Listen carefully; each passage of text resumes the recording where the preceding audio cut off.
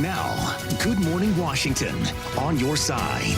Well, coming up here on Good Morning Washington, divorce is on the rise amid COVID-19. A family lawyer discusses why so many couples are calling it quits and what to do if you are considering divorce. High-profile divorces, including Cardi B and Kelly Clarkson, have been making headlines lately. But it's not just celebrities that are calling it quits. Recent studies find divorce rates are surging amid the pandemic, with many couples admitting the lockdown has caused irreparable damage to their relationships. And here now to discuss COVID-19's impact on marriage and what to keep in mind if you're considering a divorce is family lawyer and podcaster Tracy Coates. Tracy, good to have you with us. It's a tough topic, but what is your reaction here? I mean, these new reports that the divorce rate is up amid the pandemic, what do you think is behind the spike? You know, Melly, COVID-19 has presented so many difficult challenges for couples and families, and it has really opened up the floodgates for divorce.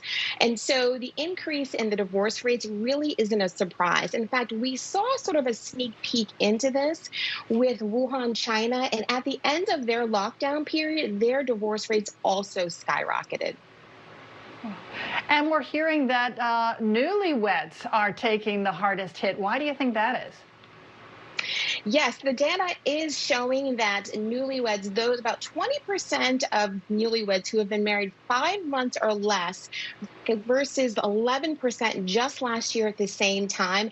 And actually, it's actually no surprise because as we know, when you're a newlywed and you're new in love, there's a big social component of being in a new marriage. And unfortunately, with the lockdown period and so many activities and social gatherings really curtailed, it's been very difficult for newlyweds.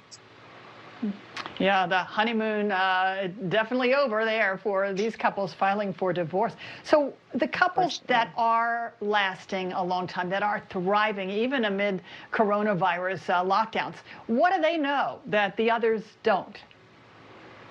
I think there is, as you just pointed out, there has been a silver lining in this whole entire pandemic, and that I think that those couples who are able to stay together and to survive, one of the things that I know that I've employed in my own personal life is grace over guilt. And people really need to give themselves some grace because they need to understand that people are trying their best. We're all under new pressures. And so I think that particularly those marriages that have been around for a while, we've sort of weathered some other storms that unfortunately newlyweds have. This is their first big storm is COVID-19, and wow.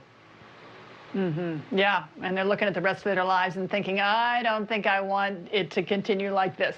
So do you think that the divorce rate, I mean, this pandemic is not over, not nearly over. So do you think the divorce rates will continue to rise along with the pandemic? I do. Unfortunately, I do think it's going to get worse before it's going to get better. As we know, we're going into the colder months with the flu season. We are expected to have another wave of the outbreak.